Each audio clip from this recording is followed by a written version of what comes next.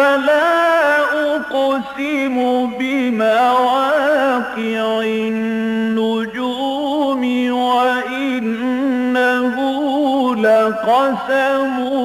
لو تعلمون عظيم إنه لقرآن كريم في كتاب مكنون لا يمسه إلا المطهرون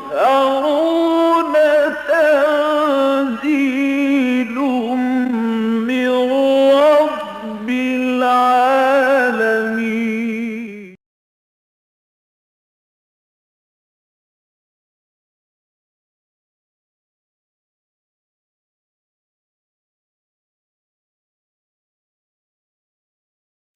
أعوذ بالله من الشيطان الرجيم.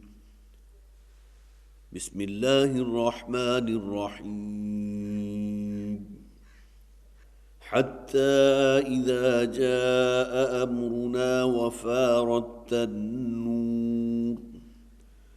قل نحمل فيها من كل زوجين اثنين وأهلك إلا من سبق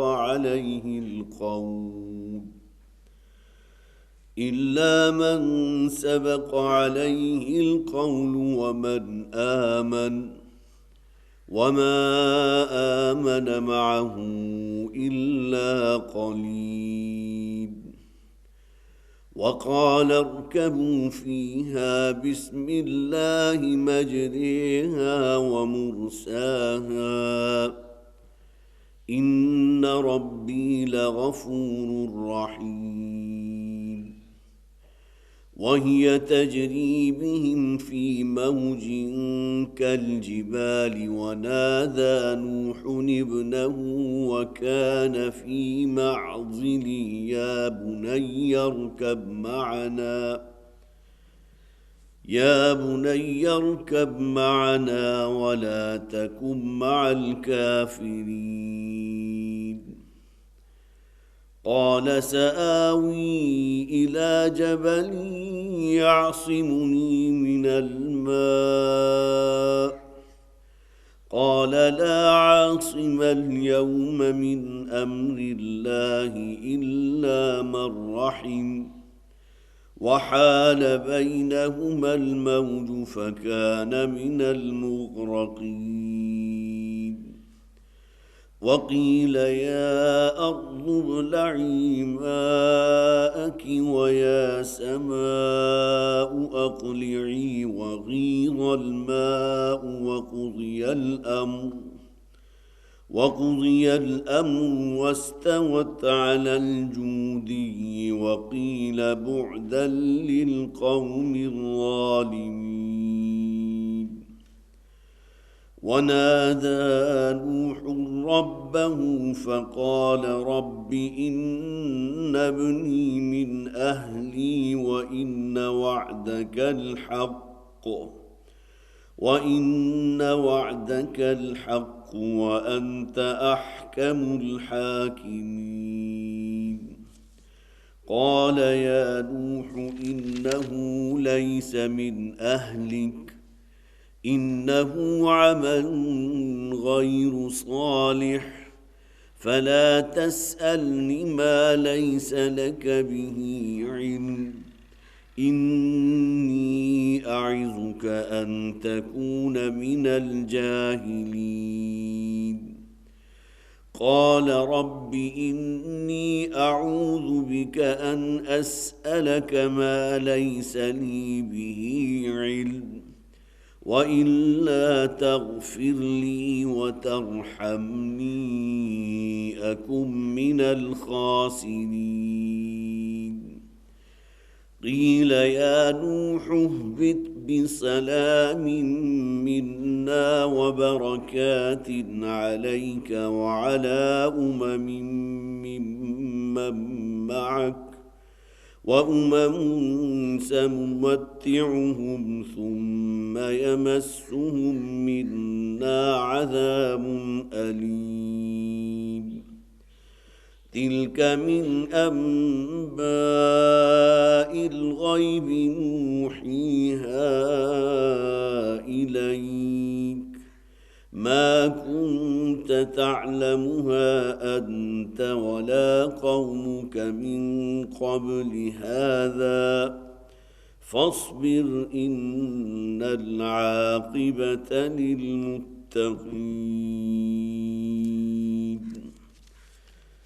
صدق الله العظيم. رب اشرح لي صدري ويسر لي أمري واحلل عقدة من لساني يفقهوا قولي. اللهم الہمنا رشدنا واعصمنا من شرور انفسنا آمین یا رب العالمین۔ سورہ ہود کا تیسرا اور چوتھا رکوع میں نے عرض کیا تھا کہ حضرت نوح علیہ السلام کے ذکر پر قرآن حکیم میں سب سے زیادہ تفصیلی آیات آپ کو یہیں ملیں گی۔ اگرچہ ایک پوری سورت 29ویں پارے میں موجود ہے، سورہ نوح کے نام سے 2 رکوعوں پر مشتمل ہے، لیکن اس پورے سورت کا جو حجم ہے وہ ان 2 رکوعوں سے بھی کم ہے۔ یہ الگ بات ہے کہ وہ سورت بھی اس اعتبار سے بڑی منفرد سورت ہے کہ از اول تا آخر انا ارسلنا نوحا الی قومہ سے لے کر اور آخری الفاظ جو سورہ مبارکہ کے ہیں پوری کی پوری حضرت نوح علیہ السلام کے ذکر پر ہے، اور خاص طور پر ان آیات کا ہم یہاں ترجمہ تیزی سے کریں گے کہ جس میں انہوں نے اللہ سے جو فریاد کی، اس لیے کہ یہ بڑی ایک یونیک مثال ہے حضرت نوح علیہ السلام کی کہ جس کا ذکر قرآن کرتا ہے فَلَبِثَ فِيهِمْ أَلْفَ سَنَةٍ إِلَّا 50 عَامًا، کہ حضرت نوح اپنی قوم کے درمیان موجود رہے، اور ظاہر ہے کہ کام کیا کرتے رہے؟ دعوت و تبلیغ کا کام، لوگوں کو توحید کی طرف دعوت دینے کا کام۔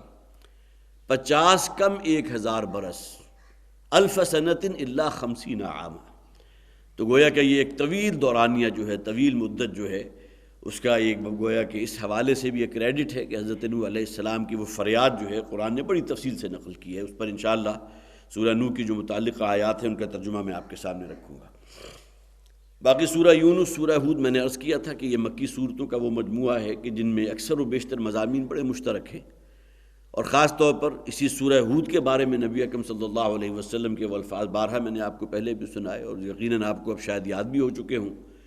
کہ حضور پر جو اچانک بڑھاپے کے آثار رونما ہوئے تھے تو حضور نے فرمایا تھا شیبتنی ہود و اخواتھا،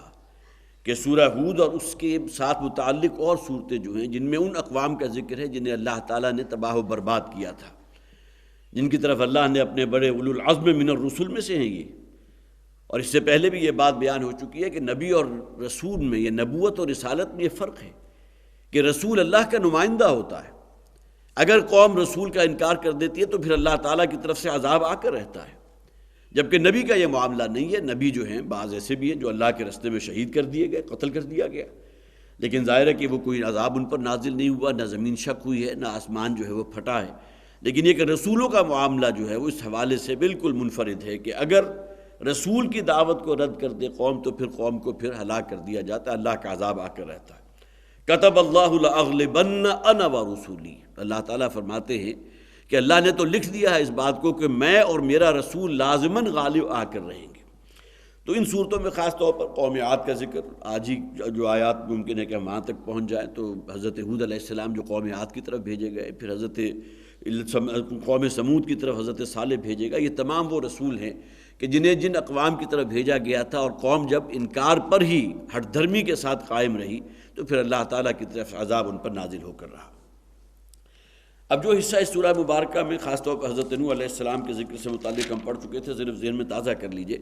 میں نے عرض کیا تھا کہ حضرت نوح علیہ السلام کی شخصیت آج سے تقریباً 5 یا 6 ہزار برس پہلے کی ہے، اور ان کا علاقہ جو ہے دجلہ و فرات کے درمیانی علاقہ، موصل نام کا شہر جو ہے آج بھی موجود ہے،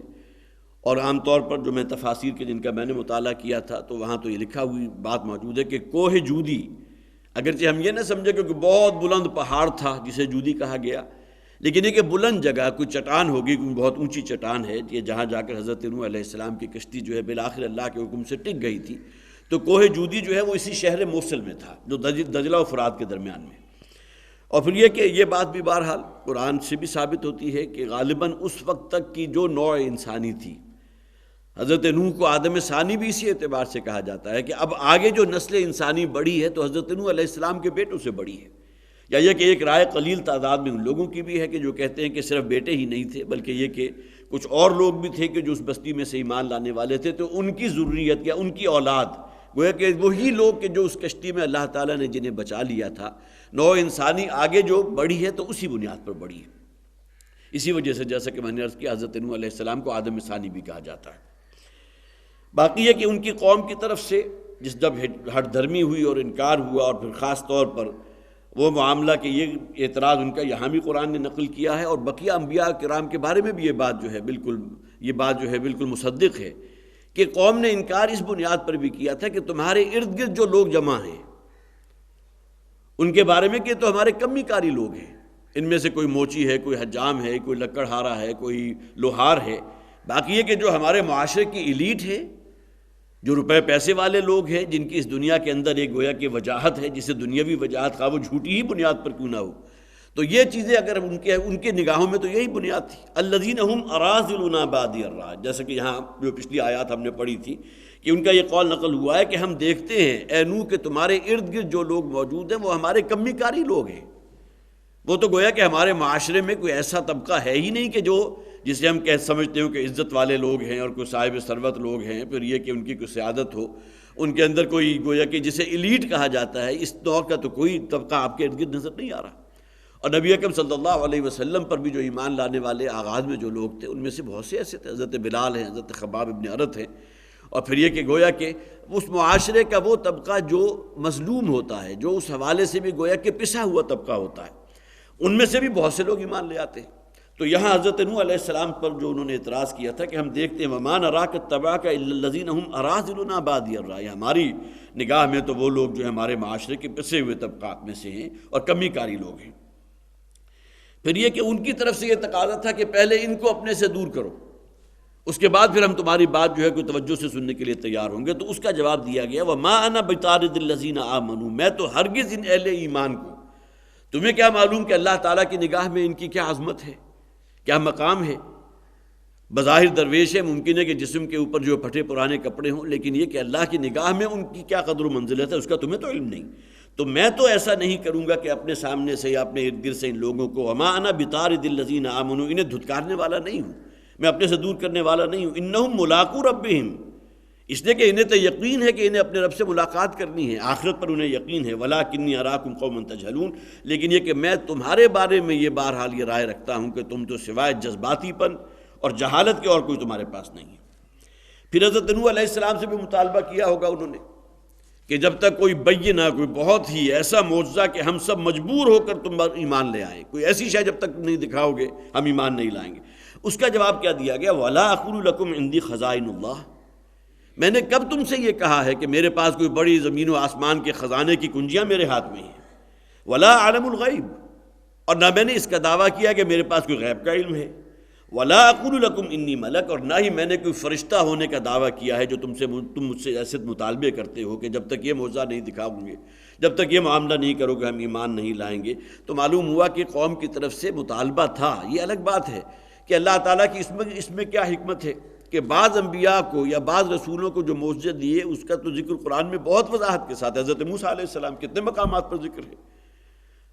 عصائے موسیٰ کا ذکر ہے، اور اسی طرح ید بیضا کا ذکر ہے. حضرت عیسیٰ علیہ السلام کو جو معجزے دیے گئے اس کا قرآن میں کتنے مقامات پر ذکر ہے. لیکن یہ کہ بہت سے، اسی طرح حضرت صالح کا ذکر بھی آ جائے گا اسی سورہ مبارکہ میں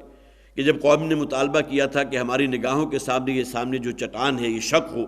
اور اس میں سے ایک زندہ اونٹنی برآمد ہو جائے جو حاملہ بھی ہو،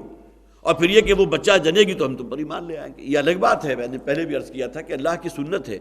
کہ اگر قوم مطالبہ کرے اور اس کے باوجود، اللہ کے اس مطالبہ پورا کرنے کے باوجود وہ قوم اگر ایمان نہ لائے تو پھر اللہ تعالیٰ کی طرف سے عذاب استیصال لازماً جو ہے ان کے اوپر نازل ہو کر رہتا ہے. لیکن یہ کہ بہرحال ان کی طرف سے بھی جو معجزہ ہوا اس کا ذکر بھی ہے. لیکن اس سے اگلا جو رکوع ہے حضرت ہود علیہ السلام کا، وہاں کی کوئی ذکر ایسے معجزے کا نہیں ہے جو اللہ تعالیٰ نے حضرت ہود کو دیا ہو، اگرچہ حضرت صالح کو وہ اونٹنی والا معجزہ دیا. اسی طرح اور بھی بہت سے ایسے رسول ہیں کہ جن کے معجزات کا ذکر موجود نہیں ہے، لیکن جب آپ ان کا قرآن میں جہاں بھی تذکرہ ہو رہا ہے، جب ان کا ذکر آپ پڑھتے ہیں تو معلوم یہ ہوتا ہے کہ واقعتاً قوم کی طرف سے مطالبہ تھا، اور اللہ نے انہیں کیا معجزے دیے، یہ اللہ کی حکمت ہے کہ انہوں نے اللہ تعالیٰ نے اس کا ذکر یہاں نہیں کیا۔ بالآخر پھر وہ آیات بھی ہم نے پڑھی کہ اللہ نے حکم دیا کہ وَاصْنَعِ الْفُلْكَ بِأَعْيُنِنَا وَحْيِنَا، کہ اب ہماری نگاہوں کے سامنے اور ہمارے اس وحی کے مطابق جو ہم نے تم پر کی ہے ایک بڑی کشتی جو ہے اس کی تعمیر کرو۔ میں نے عرض کیا تھا اسرائیلی روایات میں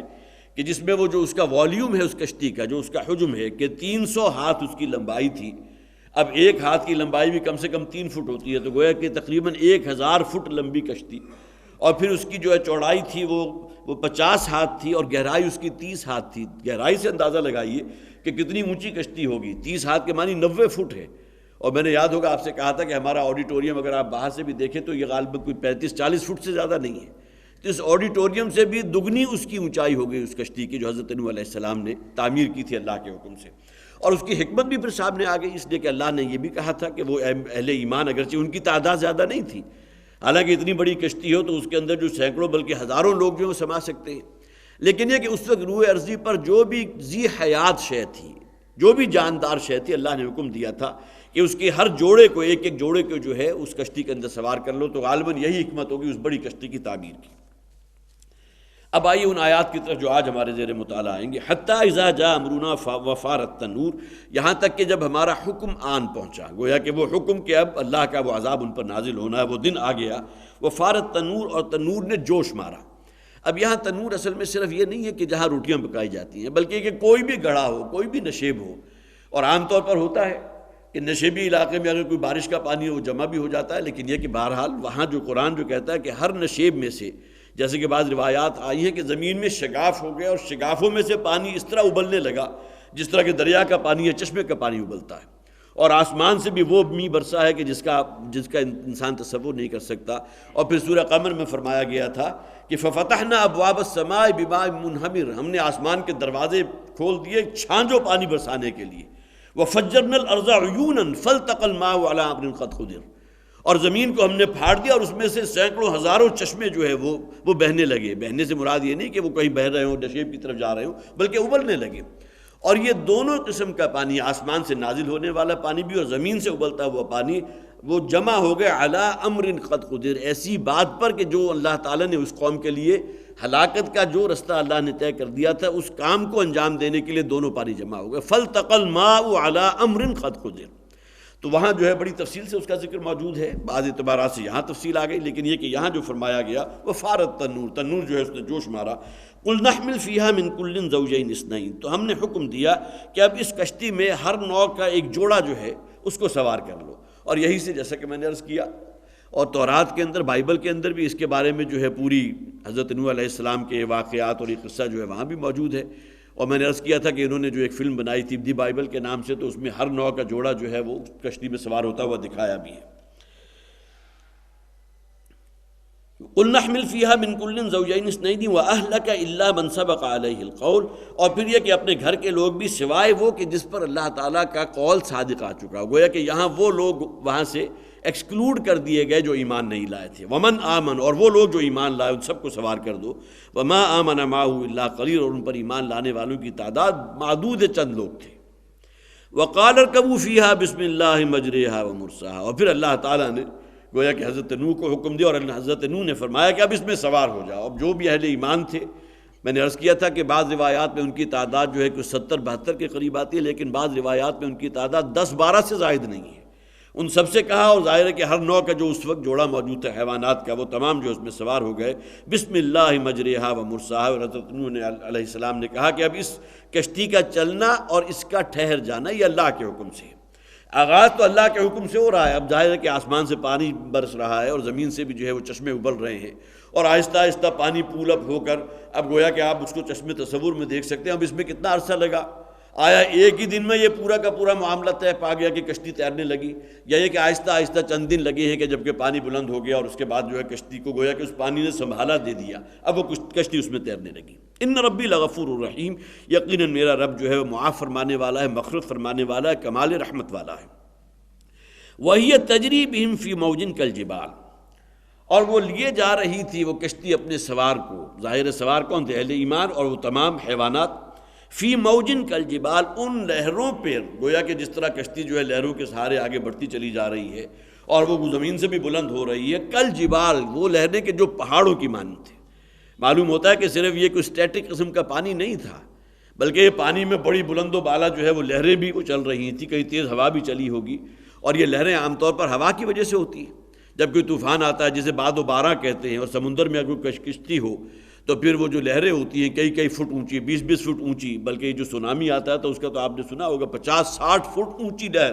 وہ آتی ہے اور پوری کی پوری جو بھی ساحلی آبادی ہے اس تمام کو ملیا میر کر دیتی ہے۔ فی موجن کل جبال، ان لہروں میں کہ جو پہاڑوں کی مانند تھی۔ ونادى نوح ابنہ وقال فی معزل یا بنی ارکب معنا، اور حضرت نوح علیہ السلام نے پکارا اپنے بیٹے کو، وکان فی معزل، اور وہ تھا ایک عزل کہتے ہیں ایک طرف کو، کنارے کو، گویا کہ ابھی پانی بڑھ رہا ہے اور وہ پانی سے بچتا ہوا ابھی پانی کے کنارے پر ہے، کچھ وہ بلندی کی طرف چڑھ رہا ہے کہ شاید پانی وہاں تک رسائی حاصل نہ کر سکے۔ یا بنی ارکب معنا، اور حضرت نوح نے فرمایا اے میرے بیٹے ہمارے ساتھ سوار ہو جاؤ۔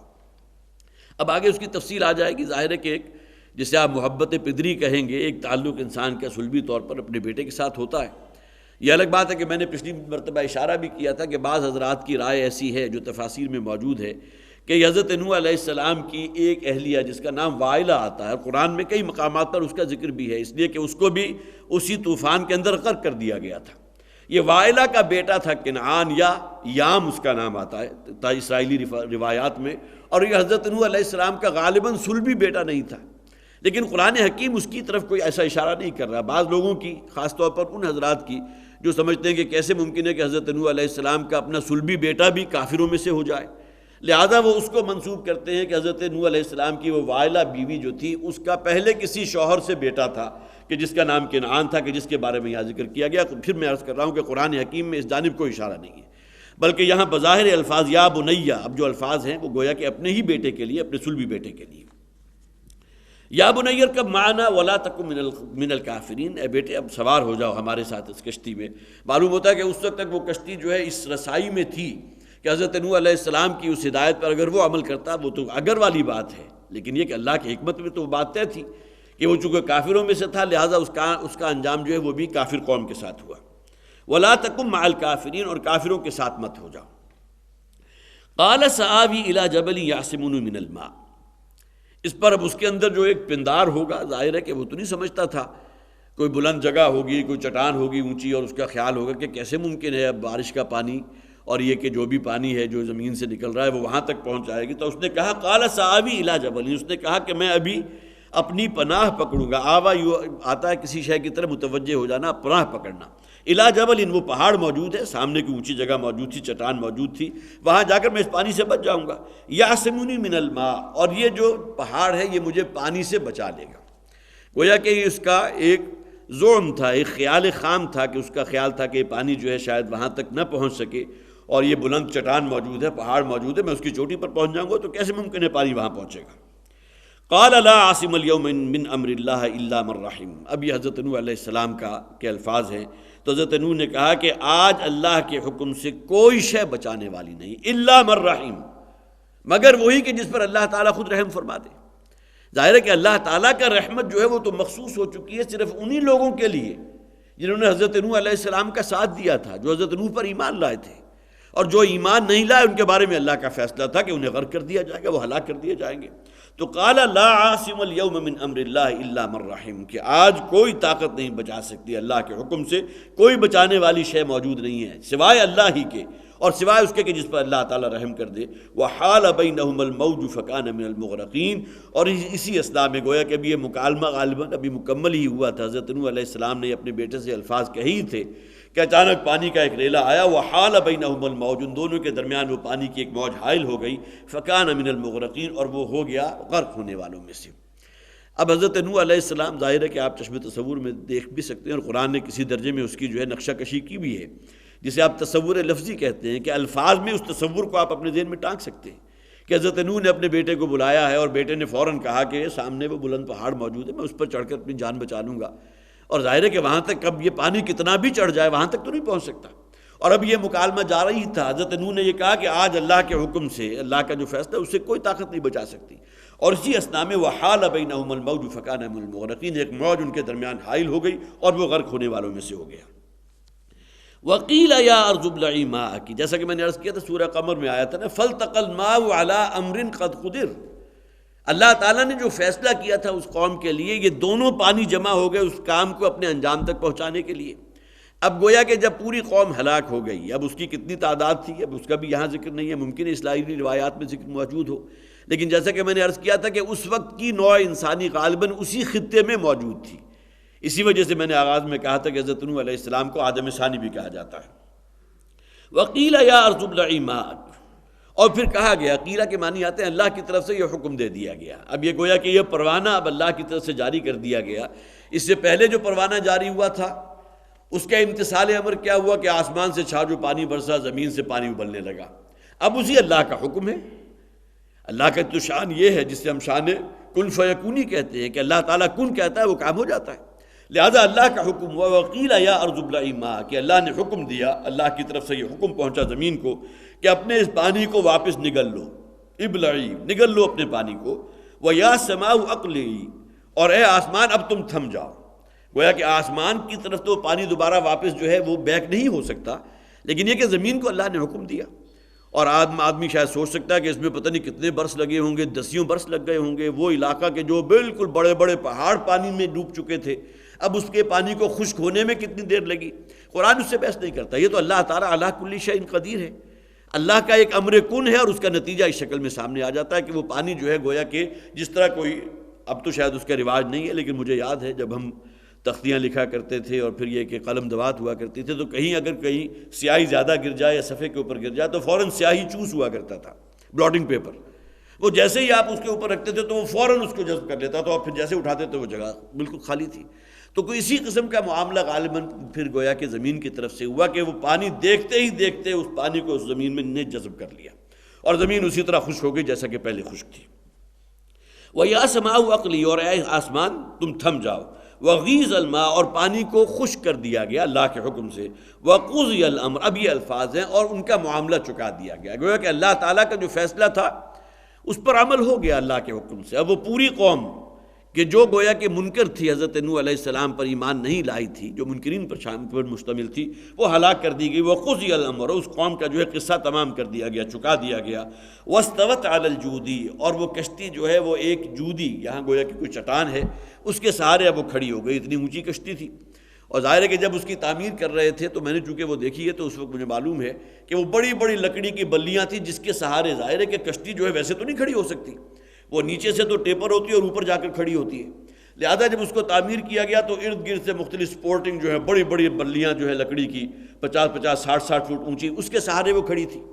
اب جب وہ پانی سے وہ تیرنے لگی اور وہ بلیاں جو ہیں ڈسکنیکٹ ہو گئی اس کشتی کے ساتھ، اب پانی خشک ہوا تو اب گویا کہ اس کے لیے بھی اللہ تعالیٰ نے اہتمام فرما دیا کہ ایک کسی چٹان یا کسی پہاڑ کے سہارے وہ آ کر ٹک گئی۔ وَاسْتَوَتْ عَلَى الْجُودِ، اور کوہ جودی جو ہے اس کے سہارے آ کر وہ رک گئی، وہاں ٹک گئی۔ وَقِيلَ بُعْدًا لِلْقَوْمِ الظَّالِمِينَ، اور یہ گویا کہ اللہ کا منشا پورا ہوا اور یہ کہہ دیا گیا اب بعد ہے، اب دور ہو چکی ہے وہ قوم کے جو ظالم پر مشتمل تھی۔ گویا کہ اللہ تعالیٰ کا جو پروانہ تھا وہ صادق آیا۔ حضرت نوح علیہ السلام بھی یہی ندا لگاتے رہے اپنے قوم کی طرف کہ اپنے رب کے حضور استغفار کرو، توبہ کرو، وہ تم پر بڑی نعمتیں نشاور کرے گا، اور اگر ایمان نہ لائے اپنے رب پر اور اپنے مست رہے انہی دیویوں اور دیوتاؤں کی جو بھی پرستش ہے اور ان کے سامنے سجدہ ریز ہونے سے، تو پھر ظاہر ہے کہ تمہارا انجام وہ ہو کر رہے گا۔ تو وَقِيلَ بُعْدًا لِلْقَوْمِ الظَّالِمِينَ، یہ جو ظالم قوم تھی، یہ جو کافروں اور مشرکوں پر مشتمل قوم تھی، اب گویا کہ ان کے لیے حکم ہو گیا کہ اب وہ دور ہو گئی ہیں، اب وہ نجاست جس طرح کوئی دور کر دی جاتی ہے روح ارضی سے، اس قوم کو دور کر دیا گیا۔ اب ابھی ایک سوال یہاں باقی تھا۔ حضرت نوح علیہ السلام نے جو اپنے بیٹے کو کہا تھا کہ آ کر میری کشتی میں سوار ہو جاؤ، لیکن یہ کہ اس وقت اللہ کا حکم ہوا اور وَحَالَ بَيْنَهُمَ الْمَوْجُ فَكَانَ مِنَ الْمُغْرَقِينَ، ایک موج ان کے درمیان حائل ہوئی اور وہ غرق ہو گیا۔ اب یہاں وہ الفاظ اس کی تشریح آ رہی ہے، وَنَادَى نُوحٌ رَبَّهُ، حضرت نوح علیہ السلام نے اپنے رب کو پکارا، فَقَالَ رَبِّ إِنَّ ابْنِي مِنْ أَهْلِي، اور ظاہر ہے کہ التجا تھی حضرت نوح علیہ السلام کے اللہ کے حضور، اور دعائیہ انداز میں حضرت نوح علیہ السلام نے اللہ سے التجا کیا، پروردگار، جس طرح انسان دعا ہاتھ اٹھا کر دعا مانگتا ہے،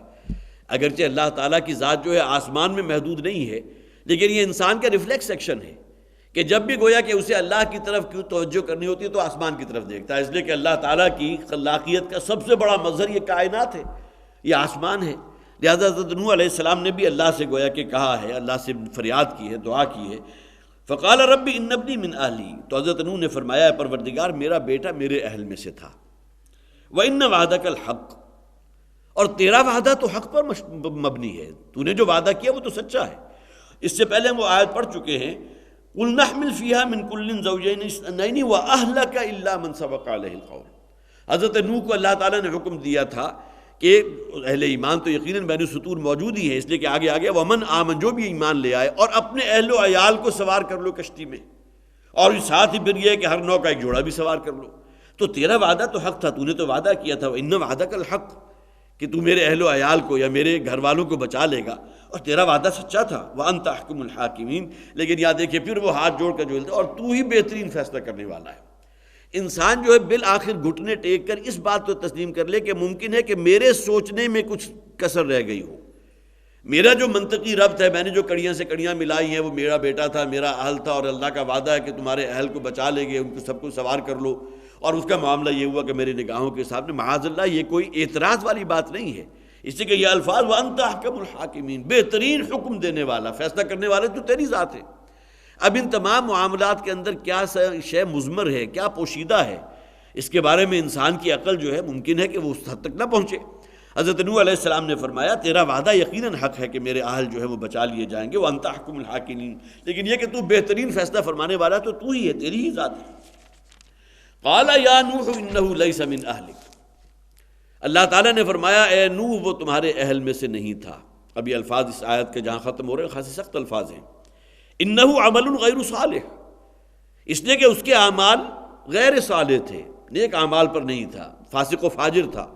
اب یہاں گویا کہ ممکن ہے اس جانب اشارہ آ گیا ہو کہ اس نے بالکل ببانگ دہل کفر نہ بھی کیا ہو، لیکن یہ کہ اس کی تمام وفاداریاں، تمام تعلقات آپس کے جو بھی انسان کے ہوتے ہیں روابط، وہ اسی قوم کے ساتھ تھے جو مشرک قوم تھی، جو کافر قوم تھی، اور اس کے عمل بھی ایسے نہیں تھے کہ جو گویا کہ ایمان کا مظہر ہوتا ہے، نیک اعمال۔ تو اس سے نتیجہ یقیناً یہی نکلا کہ وہ ایمان نہیں لایا تھا، لیکن بہرحال حضرت نوح علیہ السلام اسے اپنے اہل میں سے سمجھتے رہے۔ انہ عمل غیر صالح، اس کے اعمال جو ہے وہ تو خراب تھے، وہ تو فسق و فجور پر مشتمل تھے۔ فلا تسألنی ما لیس لک بہ علم، تو اے نوح مجھ سے اس بارے میں سوال نہ کرو جس کے بارے میں تمہارے پاس کوئی علم نہیں ہے۔ اب اگرچہ تم نے یہ کہہ دیا میرے اہل میں سے تھا، اور بظاہر ہے جیسا کہ مظاہر احوال جو ہے جو بھی کسی کا بیٹا ہے وہ اس کے اہل میں سے ہے، لیکن یہ کہ اس کے اندر مزید معنویت کیا پیدا ہو گئی اگر وہ تم پر ایمان نہیں لایا، اگر اس کے اعمال ٹھیک نہیں ہیں، اور ایمان کا مظہر یقیناً اعمال ہوتے ہیں، اور اس کے تمام تعلقات بھی اور تمام اس کے روابط بھی اور تمام ہمدردیاں اس کافر اور مشرک قوم کے ساتھ ہیں، تو انہ لیس من اہلک، تمہارے اہل میں سے تھا کہاں؟ فلا تسألنی ما لیس لک بہ علم، تو مجھ سے مت سوال کرو اس شے کے بارے میں کہ جس کے بارے میں تمہارے پاس کوئی علم نہیں ہے۔ انی اعظک ان تکون من الجاہلین، اے نوح میں تمہیں نصیحت کرتا ہوں، اعظک میں تمہیں وصیت کرتا ہوں، نصیحت کرتا ہوں، یہ بات تم تک پہنچا رہا ہوں کہ تم جذباتی لوگوں میں سے مت بنو۔ یہاں بھی نوٹ کر لیجئے کہ جاہل کا لفظ آپ حضرات میں سے بہت سے کے علم میں ہے، اس لیے کہ یہ باتیں جو ہے بار بار آتی رہی ہیں۔ ہماری اردو زبان میں تو جاہل جو ہے گویا کہ جسے اجڑ اور گوار کہتے ہیں اس معنی میں آتا ہے، لیکن عربی زبان میں جذباتی انسان کے لیے جاہل کا لفظ وَإِذَا خَاطَبَهُمُ الْجَاهِلُونَ قَالُوا سَلَامًا، آپ اپنے مخاطب کو کوئی بات سمجھا رہے ہیں، اسے قائل کرنے کی کوشش کر رہے ہیں، دین کی توحید کی بات اس تک پہنچا رہے ہیں، وہ ہر درمی پر اترا ہوا ہے، جذباتی پر اترا ہوا ہے، چیخنے چلانے پر اتر آیا، کوئی ایسی اگر کوئی نوبت آ جائے وَإِذَا خَاطَبَهُمُ الْجَاهِلُونَ قَالُوا سَلَامًا، تو انہیں سلام کہہ کر وہاں سے رخصت ہو جائے، ضروری نہیں ہے، اور ان سے بہت اچھے انداز میں آپ جو ہے وہ کنارہ کشی اختیار کر سکتے ہیں کہ بھائی ممکن ہے کہ اس وقت آپ بات سمجھنے کے موڈ میں نہیں ہیں، یا آپ کے اوپر جو ہے جذباتی پن زیادہ آ چکا ہے، لہٰذا کوئی اور موقع اللہ تعالیٰ دے گا تو میں اپنی بات آپ کو سمجھانے کی کوشش کروں گا۔ تو جاہل اصل میں اس معنی میں ہے، انی اعظک ان تکون من الجاہلین، تو یہ نادانوں میں سے اور ایسے لوگوں میں سے جن کے اوپر جذباتیت اور جذباتی پن زیادہ ہوتا ہے، اے نوح تمہارا شمار ان لوگوں میں سے نہیں ہونا چاہیے۔ اب اس کا فوری رد عمل جو ہے فوراً حضرت نوح علیہ السلام اگرچہ اپنی ایک دل کی بات تو پہنچا دی، اور اللہ تعالیٰ کی طرف سے جب یہ بات واضح ہو گئی کہ وہ تمہارے اہل میں سے تھا ہی نہیں، وہ تو کافروں میں سے تھا، تو بات حضرت نوح علیہ السلام کی فوراً سمجھ میں آ گئی۔ قال انی اعوذ بک ان اسألک ما لیس لی بہ علم، تو حضرت نوح علیہ السلام نے فرمایا پروردگار میں تیری ہی پناہ میں آتا ہوں، تیری پناہ کے علاوہ اور کوئی ملجا و ماوا ہے ہی نہیں۔ اس طرح کی مثال ڈاکٹر صاحب دیا کرتے ہیں عام طور پر کہ کوئی ماں اگر اپنے بچے کو مارتی بھی ہے تو بچہ جو ہے بالآخر پھر اسی ماں کی طرف لپٹتا ہے، مار بھی رہی ہے اور اس کے باوجود اس کے دامن سے چمٹا جا رہا ہے۔ یہ اصل میں انسان کے اندر ایک اس گویا کہ اس بچے کی اگر آپ نفسیاتی جو کنڈیشن ہے اس کو سامنے رکھیں، یا یہ کہ یہاں معاملہ کہ تیرے پناہ کے علاوہ اور کون سی پناہ ہے کہ جو مجھے کوئی سکون عطا کر سکتی ہے، کوئی پناہ گاہ کوئی اور تیرے علاوہ کوئی نہیں۔ قال ربی انی اعوذ بک، پروردگار میں تیری ہی پناہ میں آتا ہوں، ان اسألک ما لیس لی بہ علم، کہ میں تجھ سے سوال کروں اس شے کے بارے میں جس کا میرے پاس علم نہیں ہے۔ گویا کہ اس کی جو اصل حقیقت کیا تھی کہ وہ اہل میں سے تھا ہی نہیں، اس لیے کہ وہ کافروں میں سے تھا، لہٰذا میں نے جو جذباتیت میں اے پروردگار آپ سے کہہ دیا کہ وہ میرے اہل میں سے تھا اور آپ کا وعدہ تھا کہ میرے اہل و عیال کو بچا لیں گے، تو فوراً اپنے آپ کو اللہ کی پناہ میں دیا۔ انی اعوذ بک ان اسألک ما لیس لی بہ علم، میں تیری پناہ میں آتا ہوں کہ میں سوال کروں تجھ سے وہ کہ جس کے بارے میں میرے پاس کوئی علم نہیں ہے۔ وَإِلَّا تَغْفِرْ لِي وَتَرْحَمْنِي أَكُن مِّنَ الْخَاسِرِينَ، اور اے پروردگار اگر تو مجھے معاف نہیں کرے گا، مجھ پر رحم نہیں کرے گا، تو میں بھی خسارہ پانے والوں میں سے ہو جاؤں گا۔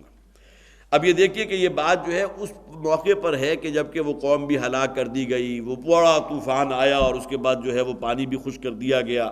اور اس کے بعد اب گویا کہ جب وہ کشتی ٹک گئی ہے تو اس موقع پر حضرت نوح علیہ السلام نے ایک دل کے اندر جو بات تھی وہ اللہ تعالیٰ کی جناب میں رکھی ہے، اللہ کی طرف سے فوراً جواب آیا تو فوراً استغفار کی، اور صرف وہی نہیں بلکہ اللہ تغفر لی وترحمنی، یہ شرف آدمیت اصلاً ہے ہی ہے۔ یہ شیطنت اور آدمیت میں فرق کیا ہے؟ انسان نے کوئی گناہ کیا، اگر اس کے اندر کوئی ہٹ درمی پیدا ہو گئی اور اس کے ذہن رسا نے جو ہے مختلف قسم کی اس کی تعبیریں اور تعویلیں کرنا شروع کر دی، تو پھر یہ معاملہ جو ہے بالآخر شیطنت تک پہنچ جائے گا۔ یہ آغاز ہے، تکبر ہے، گھمنڈ ہے۔ لیکن اس کے برعکس اگر کوئی خطا ہو گئی، کوئی گناہ ہو گیا، خواہ وہ بڑے سے بڑا گناہ کیوں نہ ہو، انسان جو ہے فوری طور پر اللہ کی طرف متوجہ ہو اور اس کے اندر پشیمانی بھی ہو، ندامت بھی ہو، لا الہ الا انت سبحانک انی کنت من الظالمین۔ اب یہ کیا الفاظ ہیں؟ اب یہ الفاظ کس کہتے ہیں؟ حضرت یونس علیہ السلام کی۔ سورہ یونس ابھی ہم نے اس سے پہلے پڑھی ہے۔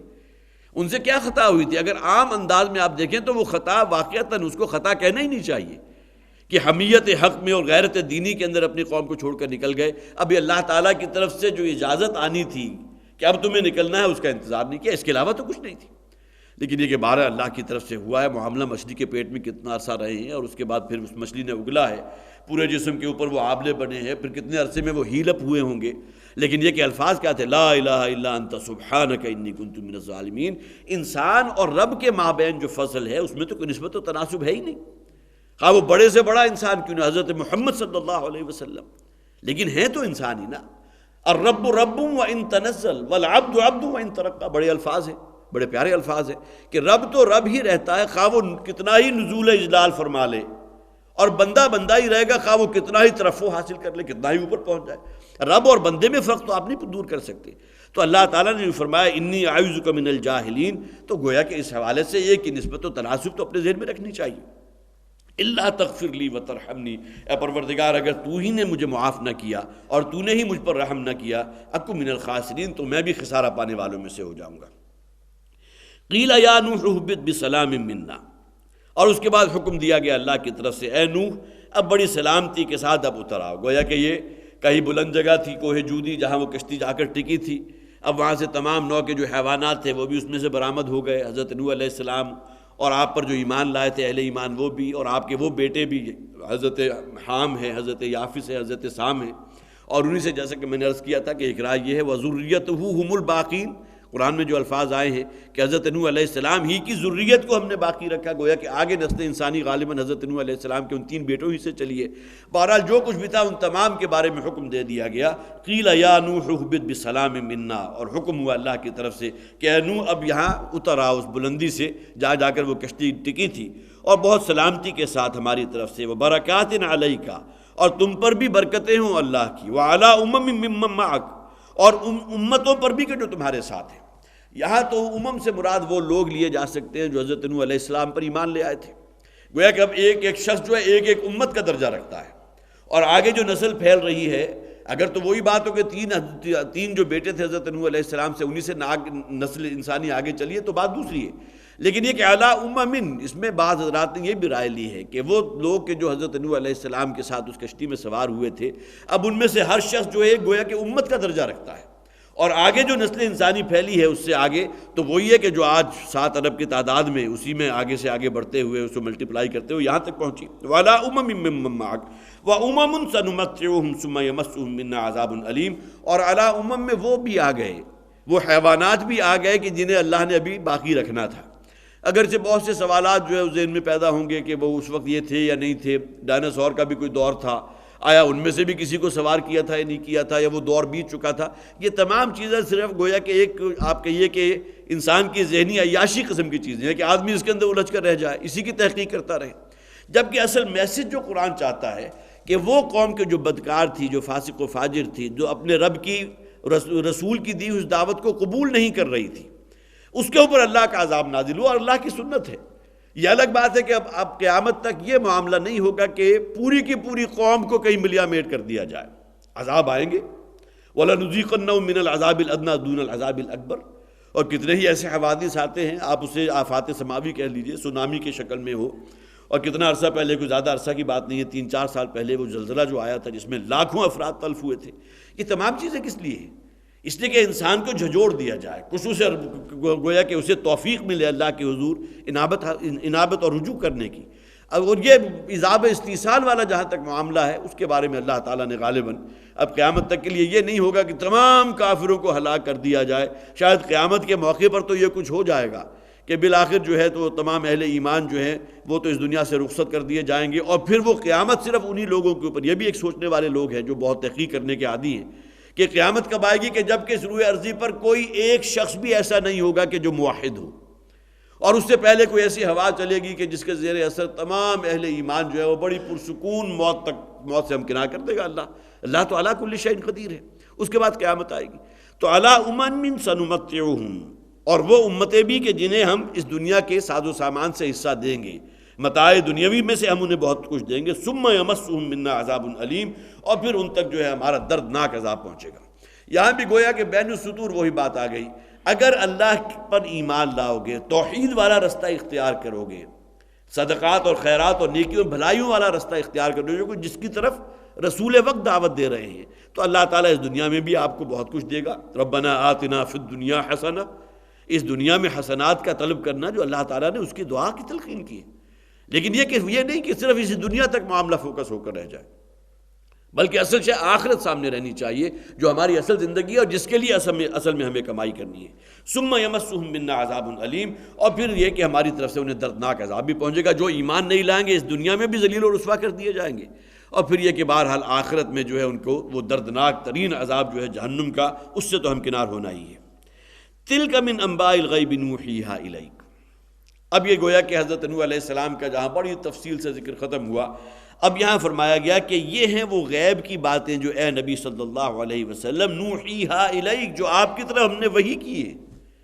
اب یہاں غور کیجئے کہ جتنی تفصیل سے یہاں باتیں آئی ہیں،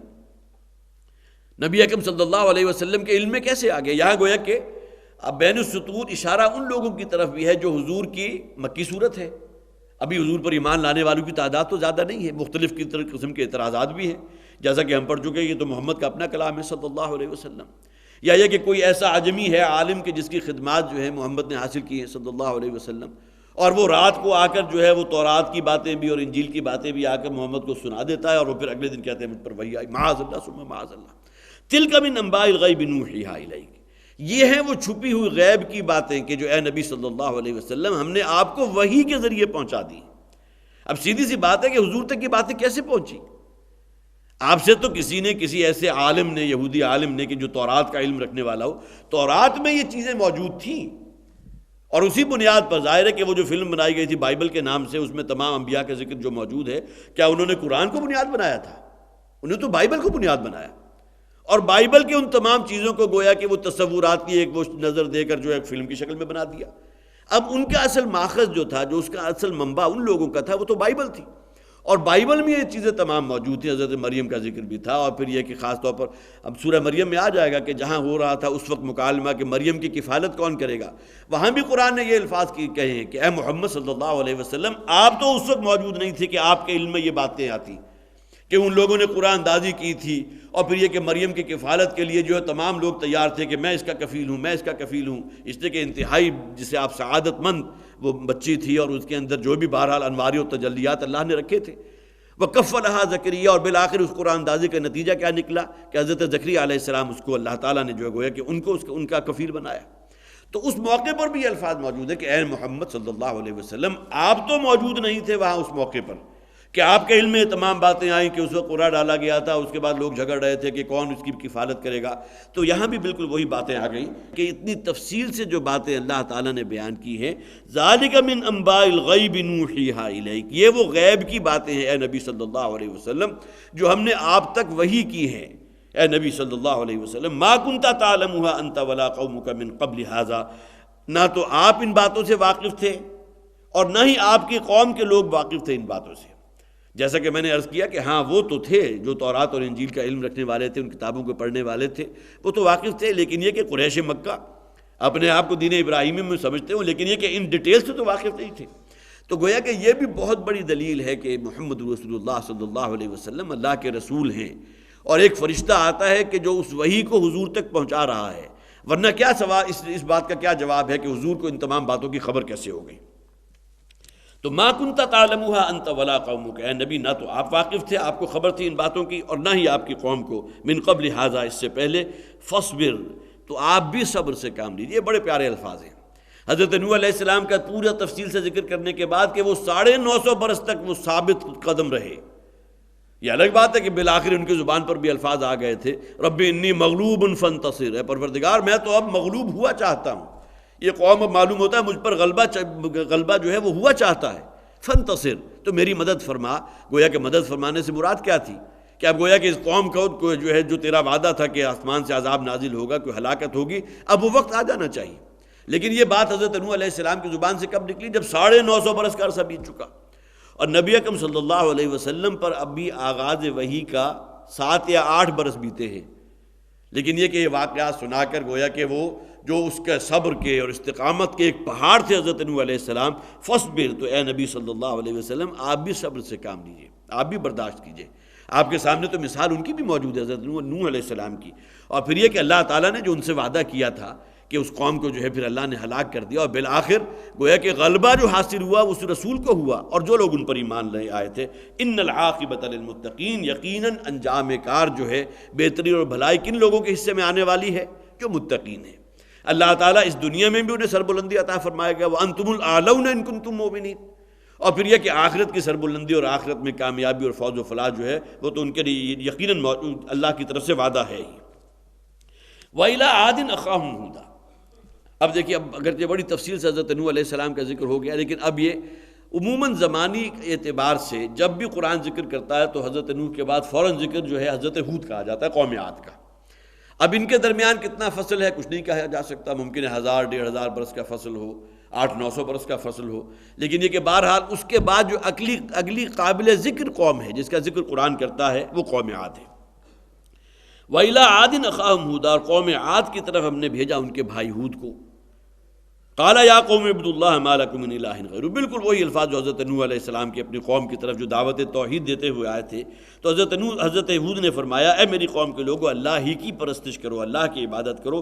مَا لَكُم مِّنْ إِلَٰهٍ غَيْرُهُ، اس کے سوا کوئی معبود نہیں ہے. إِنْ أَنْتُمْ إِلَّا مُفْتَرُونَ، لیکن تم پوری قوم گویا کیا ہے مخاطب ہے، تم تو سوائے جھوٹے دین کے اور کسی شے کا لمبردار ہو ہی نہیں. مفتر گویا کہ جھوٹ بولنا، جھوٹ پر اپنی کسی موقف کی بنیاد رکھنا، اور شرک جو ہے ظاہر ہے کہ اس سے بڑا جھوٹ اور کیا ہوگا. انسان کے اندر جو ایک فطری طور پر اللہ تعالیٰ نے ایک اللہ کی معرفت رکھی ہے، جب اس کے اندر کوئی کجی پیدا ہوگی تو بالآخر انسان کہاں جائے گا. خواہ وہ بت پرستی کی شکل میں ہو، کہیں آگ کو پوجا جا رہا ہو، کہیں کسی مقدس درخت جو ہے اس کی پوجا پاٹ ہو رہی ہو، کہیں کوئی سانپ کو دیوتا بنا لیا گیا ہو، کہیں کوئی جل دیوی کے نام سے، جل دیوتا کے نام سے کوئی ایجاد کر لیا گیا ہو کہ پانی تو ہماری زندگی کے ساتھ اس طرح منسلک ہے کہ پانی نہ ہو تو انسان مر جائے گا، لہذا پانی ہی کو عبادت شروع کر دی جائے اور جل دیوتا جو ہے وجود میں آ جائے، پانی کا دیوتا. اب یہ تمام انسان کے اندر جو نجاستیں پیدا ہوتی ہیں کس بنیاد پر؟ اس لیے کہ وہ یہ سمجھتا ہے کہ ایک اللہ تو ہے، ٹھیک ہے وہ تو ہوگا، لیکن یہ کہ اللہ تعالیٰ نے اپنے خدائی اختیارات جو ہیں اور چیزوں کو بھی دے دیے ہیں. کوئی جل دیوتا کو بھی اختیار دے دیا ہے،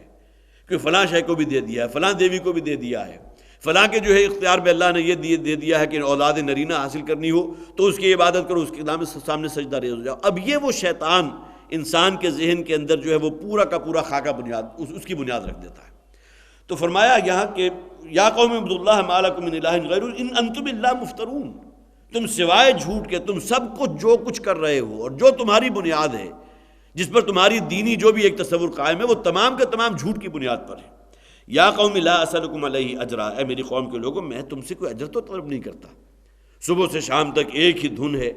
اللہ کی طرف دعوت دینا، وہی تبلیغ اور دعوت کا کام کرنا۔ کبھی کسی شخص کے پاس جا رہے ہیں، کہیں محلے میں جا رہے ہیں، کہیں اور جا رہے ہیں۔ میں نے خاص طور پر ذکر کیا تھا،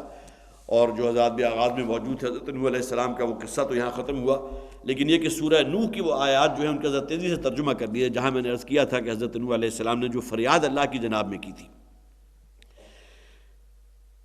29ویں پارے میں یہ سورہ نوح ہے، 71 نمبر، اس سورہ مبارکہ کا 71واں نمبر ہے۔ قال رب انی دعوت قومی لیلا و نہارا، حضرت نوح علیہ السلام نے فرمایا اے میرے پروردگار، میں نے اپنی قوم کو پکارا ہے، دعوت دی ہے، رات دن ایک کر دیا۔ اب دیکھیے یہ الفاظ جو ہیں یہ کسی عام شخص کے الفاظ نہیں ہیں۔ ممکن ہے میں اور آپ تھوڑا سا کام کر کے کہیں کہ میں نے تو رات دن ایک کیا ہوا اس کام کے پیچھے، حالانکہ ایسی بات نہیں ہوتی،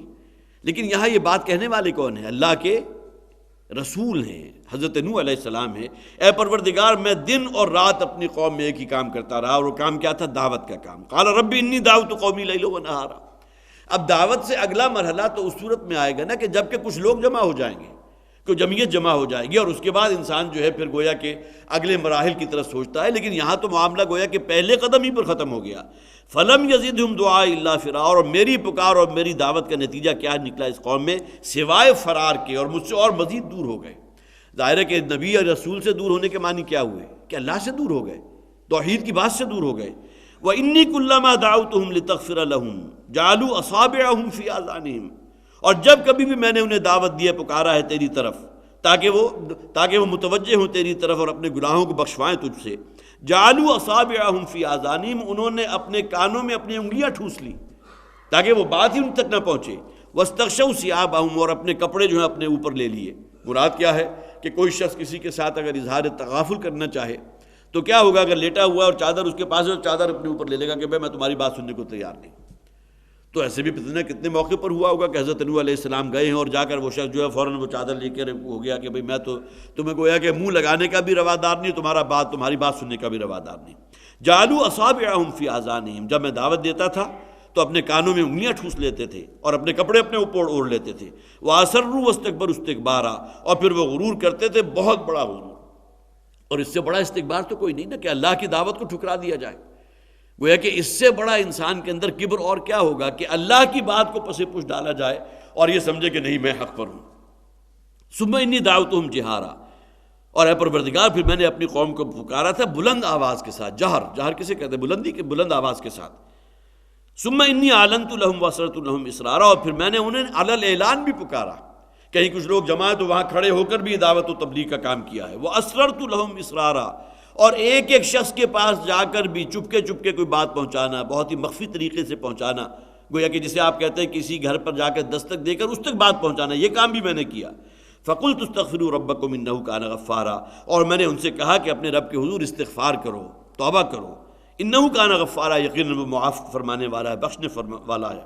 یرسل السماء علیکم مدرارا، اور وہ تم پر آسمان سے میہ برسائے گا، دھاریں برسائے گا۔ اور ظاہر ہے یہاں مراد کیا ہے؟ بارش ہے جو باران رحمت ہے۔ زمین جو ہے وہ بھی اپنی قوت نمو بروکار لائے گی، اور تمہارے لیے زمین بھی اپنے خزانے اگلے گی۔ وَيُمْدِدْكُمْ بِأَمْوَالٍ وَبَنِينَ، اور اللہ تعالیٰ تمہاری مدد فرمائے گا، تمہارے مال میں بھی اضافہ فرمائے گا۔ وَبَنِينَ، اور تمہاری اولاد اور بیٹوں میں بھی۔ وَيَجْعَلْ لَكُمْ جَنَّاتٍ وَيَجْعَلْ لَكُمْ أَنْهَارًا، اور تمہارے لیے اسی زمین کو جو ہے باغ و بہار بنا دے گا۔ وَيَجْعَلْ لَكُمْ أَنْهَارًا، اور تمہارے چشمے اور نہریں روا کر دے گا۔ اب یہ تمام الفاظ وہ ہیں جو حضرت نوح علیہ السلام نے گویا کہ اپنے رب کے حضور فریاد کی ہے، رب انی دعوت قومی لیلا ونہارا۔ اور بالآخر اس کا کلائمیکس کیا ہے؟ وقال نوح رب لا تذر علی الارض من الکافرین دیارا، یہ آخری دو آیات ہیں۔ اور کہا حضرت نوح علیہ السلام نے، اے پروردگار اب اس زمین پر کافروں کا کوئی بستہ گھر نہ چھوڑ۔ اب یہ سخت ترین الفاظ ہو سکتے ہیں، ظاہر ہے 950 برس تک وہ فریضہ دعوت و تبلیغ انجام دینے کے بعد اگر یہ الفاظ زبان پر آ بھی جاتے ہیں تو اس کے اندر تو کوئی مذائقہ نہیں ہے کہ اب گویا کہ اس کا نتیجہ بھی اگر یہ نکل رہا ہے کہ معدود چند لوگوں کے کوئی ایمان نہیں لایا، تو لا تذر علی الارض من الکافرین دیارا، اس زمین پر کافروں کا کوئی بستہ گھر نہ چھوڑ۔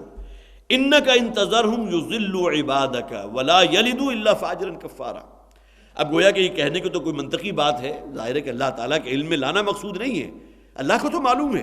لیکن اپنے دل کی بھڑاس یا اپنے دل کی وہ بات ان کی زبان پر آ گئی کہ اے پروردگار اس بستی کا اگر کوئی ایک گھر بھی تو نے چھوڑ دیا، انک انتظرہم یضلوا عبادک، تو وہاں اس گھر کے رہنے والے جو لوگ بچیں گے وہ پھر دوسرے لوگوں کو گمراہ کریں گے، ولا یلدوا الا فاجرا کفارا، جس کے الفاظ یہ ہم استعمال کر سکتے ہیں کہ اس قوم کا تو بیج ہی مارا گیا ہے اور یہ نہیں جنیں گے سوائے فاجر اور کفار کے۔ سخت ترین الفاظ جو ہو سکتے ہیں، واقعتاً یہ ہے کہ اس میں اس سے زیادہ کے الفاظ جو ہے وہ شاید ممکن نہیں تھے حضرت نوح علیہ السلام کے، لیکن پھر یہ بات ذہن میں رکھیے کہ حضرت نوح علیہ السلام کی یونیک مثال ہے تمام انبیاء اور رسول میں کہ اتنا طویل دورانیہ دعوت و تبلیغ کا کام کیا، لیکن ایمان لانے والوں کی تعداد بہت ہی کم، الا قلیل، جیسا کہ ہم وہ آیات پڑھ چکے ہیں۔ وَإِلَىٰ عَادٍ أَخَاهُمْ هُودًا قَالَ يَا قَوْمِ اعْبُدُوا اللَّهَ مَا لَكُم مِّنْ إِلَٰهٍ غَيْرُهُ إِنْ أَنتُمْ إِلَّا مُفْتَرُونَ يَا قَوْمِ لَا أَسْأَلُكُمْ عَلَيْهِ مِنْ أَجْرٍ، اے پروردگار، اے میری قوم کے لوگو، میں نے تم سے کبھی کوئی اجر طلب نہیں کیا، کوئی دنیاوی منفعت تم تک بات پہنچائی ہے کیا؟ میں نے کبھی کسی سے یہ کہا کہ میرا یہ کام پھنسا ہوا ہے اس کو کروا دو؟ کسی قسم کے کوئی دنیاوی منفعت، کوئی غرض و غایت۔ ان اجری الا علی الذی فطرنی فلا تعقلون، اس لیے کہ مجھے تو یقین ہے اس بات کا کہ میرا اجر تو اللہ کے ذمے ہے، اور یہ اصل میں جذبات ہونے چاہیے ہر اس شخص کے جو نیک بات دوسروں تک پہنچا رہا ہو، جو امر بالمعروف کا کام کر رہا ہو، اس لیے کہ اس دنیا کا تو قاعدہ کیا ہے کہ آپ حق بات کہیں گے تو مخالفتیں ہوں گی، آپ کے اپنے سگے بھائی آپ سے دور ہو جائیں گے، آپ کے اپنے وہ لوگ جن کے بارے میں آپ سوچ بھی نہیں سکتے تھے آپ سے بالکل منقطع ہو جائیں گے، تعلق منقطع کر لیں گے، صرف اس بنیاد پر کہ آپ نے ایک موقف قائم کیا ہے حق کا، دین کے موقف پر قائم ہے، اور اس کے بعد یہ کہ اسی رستے پر آگے چلنے چاہتے ہیں، کہیں کوئی معاونت نہیں ملے گی، کہیں کوئی ہار نہیں پہنائے جائیں گے، کہیں کوئی ریڈ کارپٹ ٹریٹمنٹ نہیں ہوگا۔ ہاں یہ الگ بات ہے کہ اگر کسی ایسے جگہ کے جہاں پہلے سے مسلمان موجود ہوں اور آدمی صرف اسی حد تک اگر رہے، دعوت و تبلیغ ہی کی بات کرتا رہے اور اگلی بات نہ کرے، صرف امر بالمعروف تو ہو لیکن نہیں عن المنکر کوئی ہاتھ لگانے کو تیار نہ ہو، تو اس کا تو استقبال یہاں بھی ہو جائے گا، اس کو جو ہے گلے میں ہار بھی ڈالے جائیں گے اور بہت جو ہے جسے آپ سپاس نامے بھی پیش کر دیے جائیں گے۔ لیکن جہاں بات حق کرو گے اور جہاں نہیں عن المنکر بھی ساتھ شامل ہو جائے گا، وہاں کبھی کم زمانہ برداشت نہیں کرتا، وہاں تو پھر مخالفتیں ہوتی ہیں۔ میری اور آپ کی تو بات ہی کیا ہے، جبکہ بڑے سے بڑے نبی اور رسول کو نہیں چھوڑا گیا، نبی اکرم صلی اللہ علیہ وسلم کے ساتھ بھی ایذاء اور تشدد کا کس حد تک معاملہ نہیں کیا گیا، بہت سی مثالیں آپ کے ذہن میں آ جائیں گی۔ تو معلوم ہوا کہ یہ تمام چیزیں جو ہیں ان اجری الا علی الذی فطرنی، میرا اجر تو محفوظ ہے، اللہ کے ذمے ہے، وہ اللہ کے جس نے مجھے پیدا کیا، فلا تعقلون، تو کیوں عقل سے کام نہیں لیتے؟ اس دنیا میں انسان جو بھی کام کرتا ہے کوئی نہ کوئی دنیاوی غرض و منفعت ہوتی ہے، لیکن میں جو کام کر رہا ہوں میں نے تو تم سے کبھی کوئی اجر نہیں مانگا، میں نے اس کا کوئی جو ہے تم سے کوئی دنیاوی منفعت طلب نہیں کی، میں نے کبھی اپنی ذات کو سامنے نہیں رکھا، میں تو صرف تمہیں متوجہ کر رہا ہوں کہ ایک زندگی آخرت کی ہے، اس دنیا میں کی تو عارضی زندگی ختم ہونے والی ہے، اور اللہ نے تمہیں پیدا ہی اس کے لیے کیا ہے۔ انما الدنیا خلقت لکم وانتم خلقتم للآخرہ،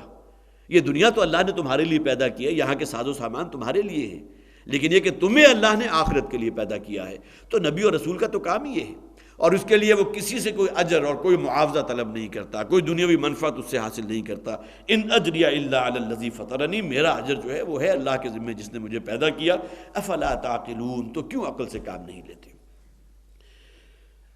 یہ 5واں رکوع یہاں شروع ہوا ہے، لیکن یہ کہ اس کی صرف ابتدائی 3 آیات ہم نے پڑھی، وقت ہمارا ختم ہو گیا۔ انشاءاللہ اگلی مرتبہ پھر یہ اس رکوع کا بقیہ حصہ اور اس کے بعد پھر حضرت صالح علیہ السلام کی قوم کا ذکر ہے، اس پر انشاءاللہ گفتگو ہوگی۔ اللہ تعالی ہمیں واقعتاً ان آیات سے سبق حاصل کرنے کی توفیق عطا فرمائے۔ ظاہر ہے کہ انبیاء اور رسول جہاں بھی قرآن میں آئے ہیں، کیوں آئے؟